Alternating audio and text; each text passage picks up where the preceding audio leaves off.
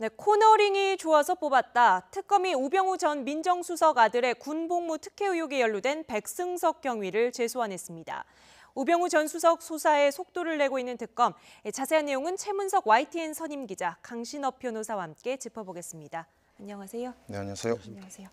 자, 백승석 경위는 지금 두 번째 소환이죠. 네. 어떤 역할로 지금 이 자리에 온 거죠? 네, 지난 2일에 이어서 이제 오늘도 소환을 하죠. 네. 백승석 경위의 경우에는 우병우 전 민정수석의 비리 이것들을 알아보기 위해서 계속 소환하고 있다고 봐야 되겠죠. 가장 중요한 것은 지금 우병우 전 민정수석의 아들의 그 특혜 의혹 이것과 관련해서 이 백승석 경위가 알고 있는 것 이것을 이제 물어보겠다는 것인데요. 백승석 경위는 당시에 이상석 그 서울지방경찰청 그 차장이었습니다. 경비부장이었죠. 그 사람의 부속 실장을 했었습니다. 그래서 직접 우병우 전 민정수석의 아들을 운전병으로 뽑은 사람입니다. 그래서 이 사람이 뽑게 된 경위가 무엇인가 하는 것인데 그 전에 나와서 얘기하기를 코너링이 좋아서 뽑았다. 요철 같은 것도 쉽게 넘어가고 운전을 잘했다. 이렇게 작년에 10월에 있었던 국정감사에서 얘기를 한 적이 있거든요.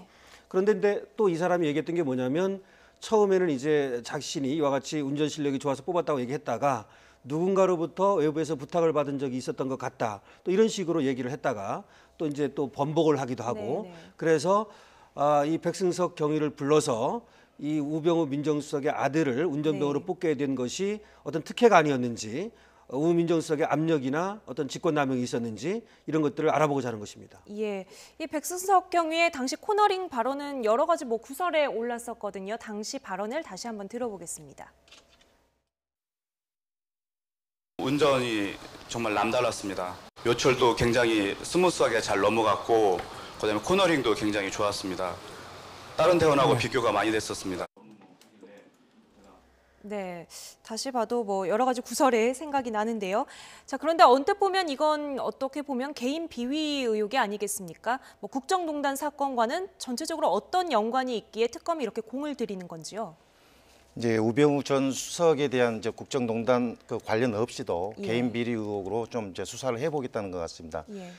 예를 들면은 지금 의경들이 군대에 입대했을 때는 기동대하고 방범 순찰대로 빠져요. 기동대는 시위대하고 직접 대응을 하는 것이고 방범 순찰대는 경찰서에서 방범 순찰을 돌면서 이렇게 하는 겁니다. 그런데 대부분 군대라는 게 고참으로부터 좀 자유스러워야 되는데 이 우병우 전 수석의 아들은 서울경찰청으로 와서 그것도 운전병으로 간 겁니다. 운전병이라 그러면 가장 좋은 게 뭐냐면은 출퇴근만 시켜주고 그 다음엔 그 경비부장실에서 쉬는 겁니다. 또 그리고 외부 일정이 있으면 차만 태워주고 자기는 또 쉬는 겁니다. 그럼 내무반 생활도 가지 않아요. 그 저녁 늦게 가서 잠만 자고 그렇기 때문에 모든 의경들이 이런 꽃보직이라는 이제 운전병에 하고 싶어하는 겁니다. 그런데 우병우 전 수석의 아들이 보직 그 규정도 어겨가면서 이렇게 운전병으로 간 거죠. 여기는 어떤 혐의로든지 직권남용적인 게 있지 않을까. 그게 특검이 바라보는 것 같습니다. 예, 앞서 이 부분에 대한 의혹은 윤갑근 수사팀에서도 소환 조사를 했는데 당시 황제 소환 논란만 불거졌던 그 부분 아니겠습니까? 예, 당시 이제 윤갑근 수사팀에서 이석수 특별감찰관의 이 특별감찰과 관련해서 그리고 우병우 전 민정수석 이것을 모두 이제 수사를 하게 되었죠. 특별수사팀을 만들어서요. 그랬는데 이석수 특별감찰관은 어쨌든 이제 감찰관을 그만두게 되었고 특별감찰관실도 해체가 되었습니다. 거기에 이제 법무부의 감찰국이라든지 인사혁신처라든지 이런 데서 관여했지 않느냐는 의혹도 나왔고요. 그랬는데 비해서 우병우 전 민정수석은 무혐의 결정을 받으면서 이런 지금 특혜 의혹이라든가 운전병 특혜 의혹이라든가 정강의 어떤 횡령 의혹이라든가 이런 것들에 대해서 그리고 이제 황제 소환 논란을 빚으면서 결과적으로는 이석수에 대해서는 강하게 수사를 하고 우병우 전 민정수석에 대해서는 거의 건드리지도 못하고 결국은 수사 자료만 특검에 넘겨진 것이 아니냐 이런 이제 의혹이 있는 것이죠.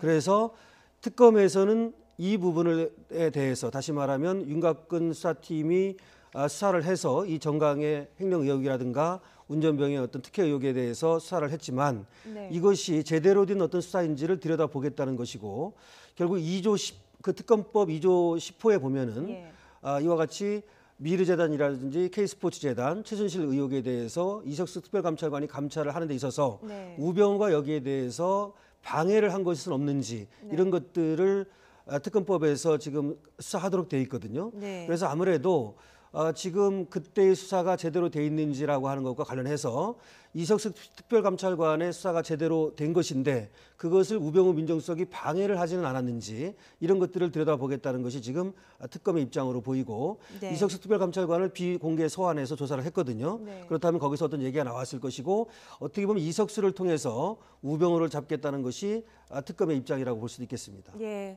뭐 같은 연장선상에서 우병우 전 수석이 특별감찰관실을 주시하고 있었다. 실제 이런 언론 보도도 나왔는데요. 그래픽으로 준비가 되어 있습니다. 네, 보여주시죠. 네, 민정수석실에서 특별감찰관실의 움직임을 일거수일투족으로 파악하고 있었다. 특별감찰관실 소속 일부 직원들이 민정수석실에 직접 보고하기도 했다. 노컷뉴스에 보도된 내용인데요.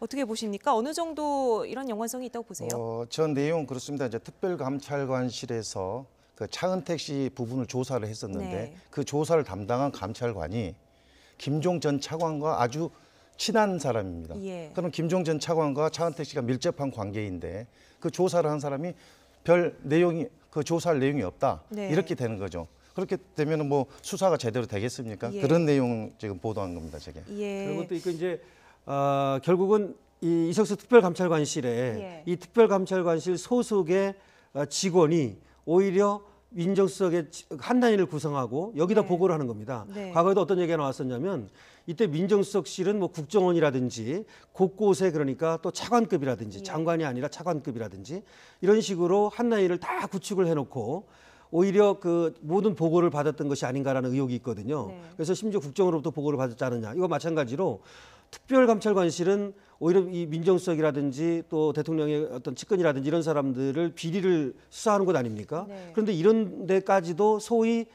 비선을 심어놓고 그로부터 보고를 받았다는 의혹이 있는 겁니다. 예. 또 특검이 우 전 수석의 가족 회사라고 하죠. 정강에 네. 대해서도 들여다보고 있는데 어제는 갤러리 학고제 우찬규 대표를 참고인 신분으로 소환을 했어요. 어떤 의혹입니까? 예, 이거는 이 학고제 갤러리 이곳이 여기서부터 우민정 수석이 그림을 샀다는 것이거든요. 네네. 그림을 이제 6점을 총 샀는데 그중에 2점은 이우환 화백의 그림입니다. 예. 1994, 95 조우 1994, 95라고 하는 작품인데요. 예. 먼저 이우환 화백을 말씀드리면 백남준 비디오 아트 이 부분과 마찬가지로 현대 미술의 거장으로 예. 뽑히는 부분이고 굉장히 그 고가의 어떤 미술품이라가 볼 수 있는 조각가 겸 화가거든요. 네. 그래서 이런 어떤 고가의 미술품이라고 보면 되는데 예. 이것을 산 시점이 이제 중요합니다. 우 민정수석이 민정비서관이 된 것이 2014년 5월입니다. 그런데 민정비서관이 된 지 2달 만에 2014년 7월에 이 두 개의 작품을 고가에 사들입니다. 3억 1천만 원을 들여서요. 네.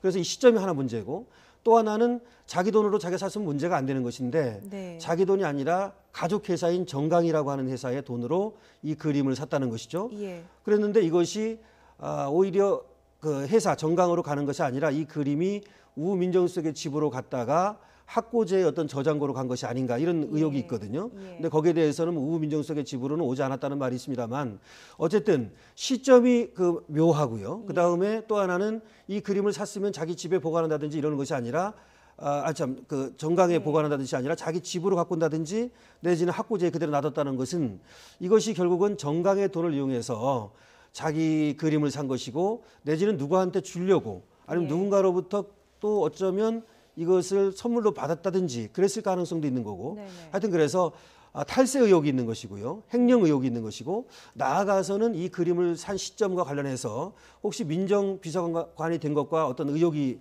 연관이 있는지 이런 의혹까지도 있는 것이죠. 예. 근데 저 우창규 갤러리 학고제 대표하고도 그 친분 관계를 한번 생각해 볼 필요가 있습니다. 네. 일단 우 씨로서 같은 종 씨고 예. 또 우창규 갤러리 학고제는 청와대 주변에가 있습니다. 예.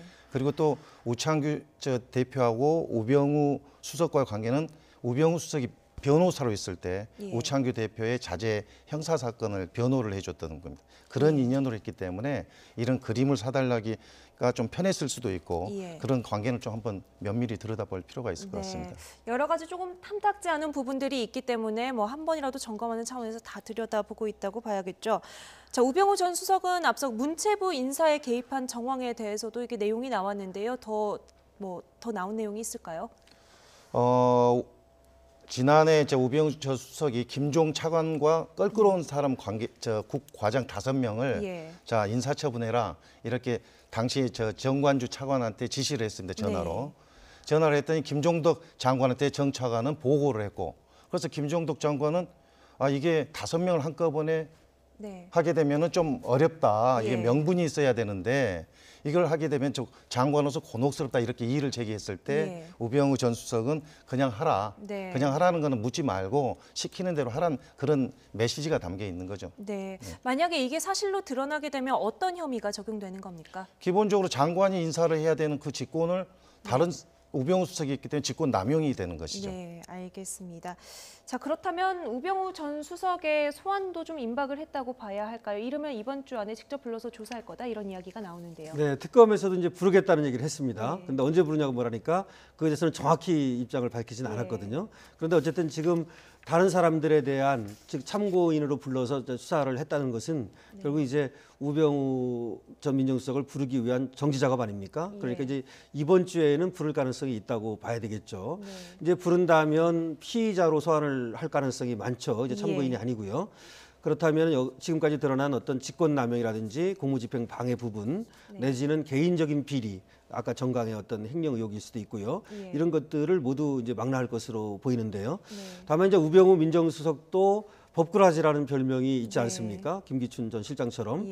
그렇기 때문에 아마 특검에서도 확실하게 다시 또 이제 오늘도 백승석 경위를 부른다든지 우찬규 학고제 대표를 부른다든지 이렇게 하는 것은 이 사람들의 진술을 통해서 충분한 어떤 증거나 진술이나 이런 것들을 확보한 다음에 우 민정수석을 불러야만 소기의 성과를 거둘 수 있다 이렇게 보는 것 같습니다. 네, 청문회 때도 상당히 철저하게 방어 논리를 마련해온 듯한 모습을 보였는데 특검도 그만큼 준비가 많이 할 것 같습니다. 자, 다음 주제로 넘어가 보겠습니다. 법원이 이번 주에 국정농단 재판을 4차례나 여는데요. 이 고영태 더블유K 이사였죠. 고영태 씨가 한동안 잠적 논란이 있었는데 입장을 바꿔서 나오기로 했습니다.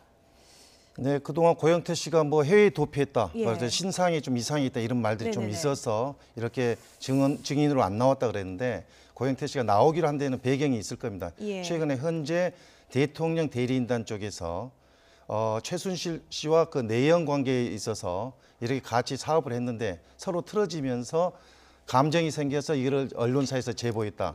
약간 좀 파렴치한 쪽으로 이제 몰아간 거죠.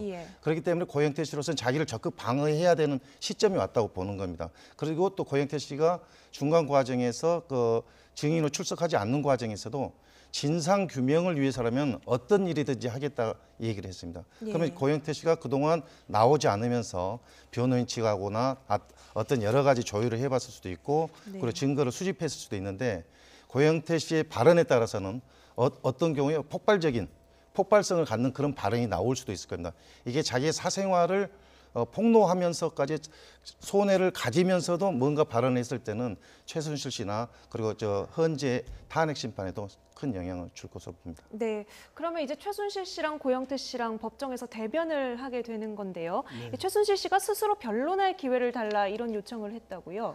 예, 최순실 씨 얘기는 뭐냐면 여러 가지 얘기를 불리한 얘기를 고영태라든가 이런 사람들이 자기에 대해서 하고 있는데 그에 대해서 자신이 직접 물어서 탄핵을 하겠다는 것이거든요. 그러니까 신문을 이제 변호사가 할 수도 있지만 증인에 대해서 이 피고인이 직접 물을 수도 있습니다. 1대1로 법정 공방을 벌이겠다는 예, 말이죠. 그것도 가능한데 기본적으로는 이제 변호사가 있을 때에는 변호사가 되게 묻고요. 그리고 재판장의 허락을 받아서 피고인이 직접 물어볼 수도 있거든요.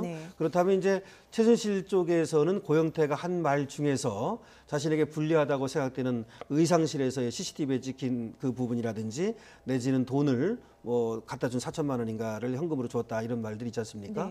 그런 것들이라든지 또 여러 가지 그 지금 얘기한 것들과 관련해서 직접 물어가지고 그 CCTV를 가리겠다는 것으로 보이거든요. 아무래도 고영태가 증인으로 나오게 되면 최순실 씨와 설전이 벌어질 가능성도 있다고 봐야겠죠. 예.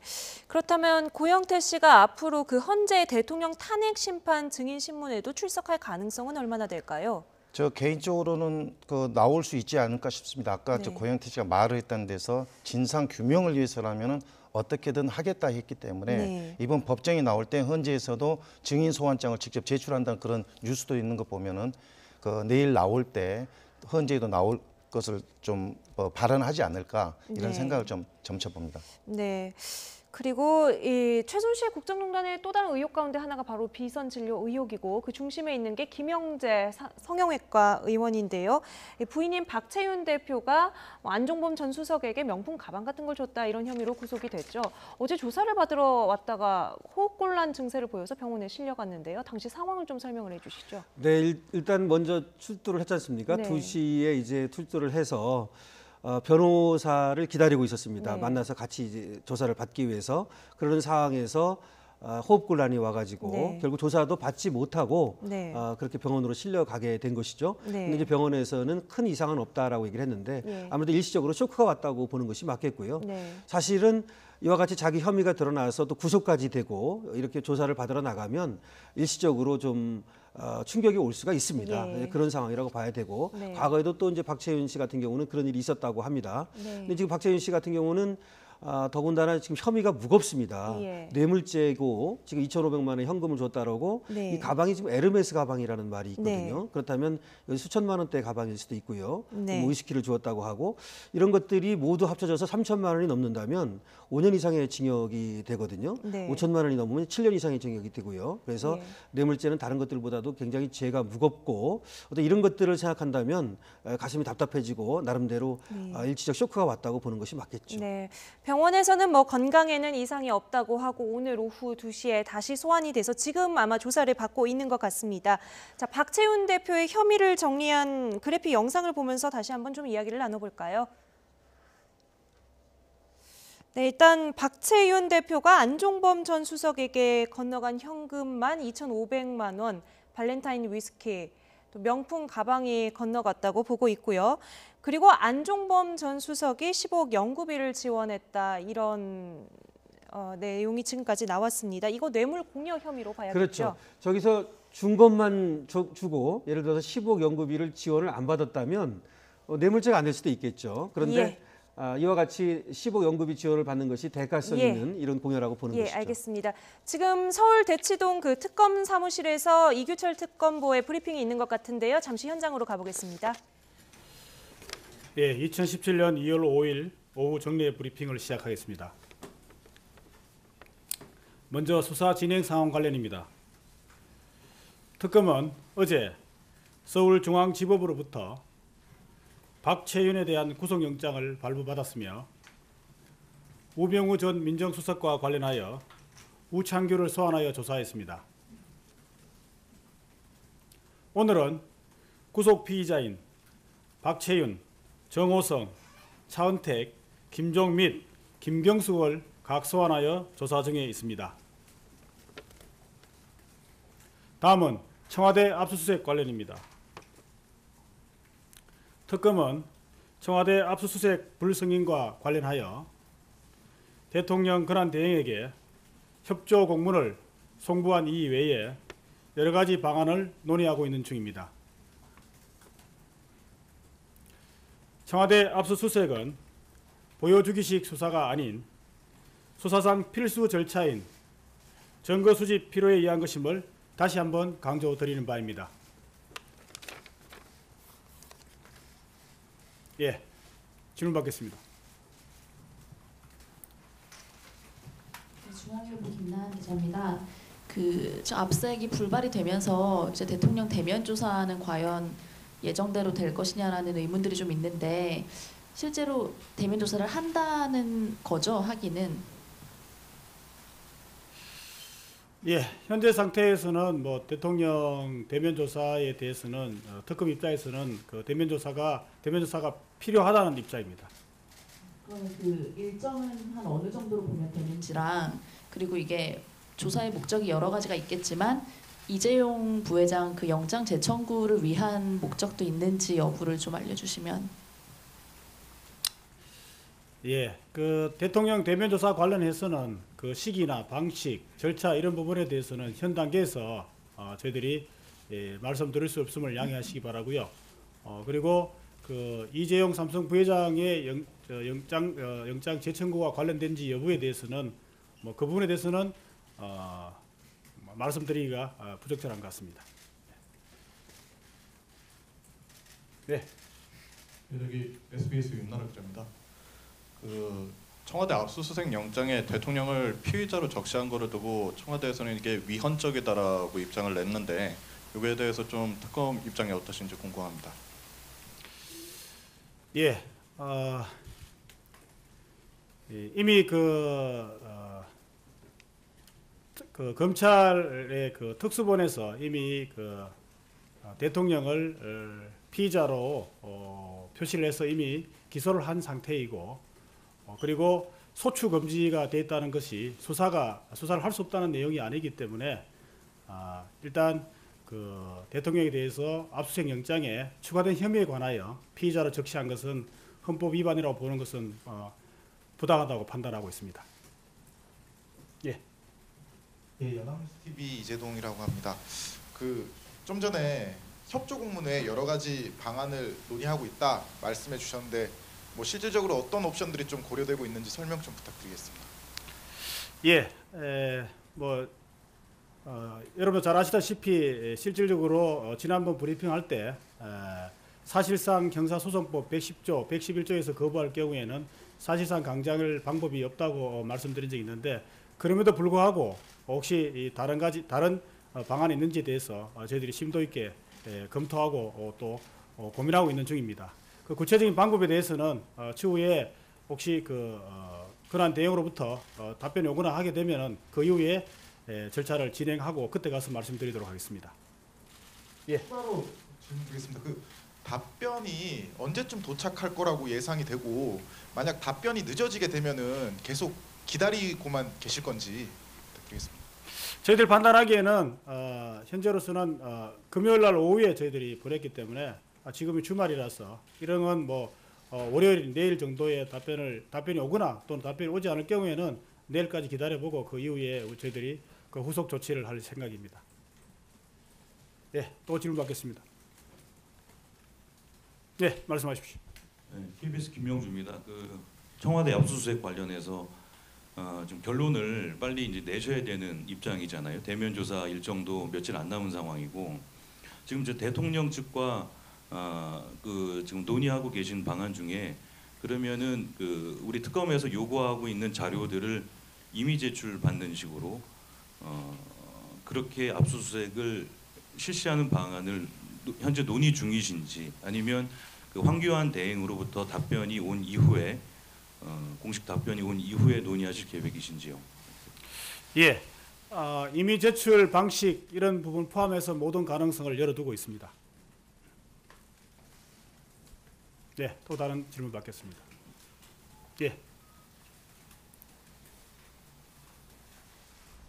예, 중앙일보 송승환입니다.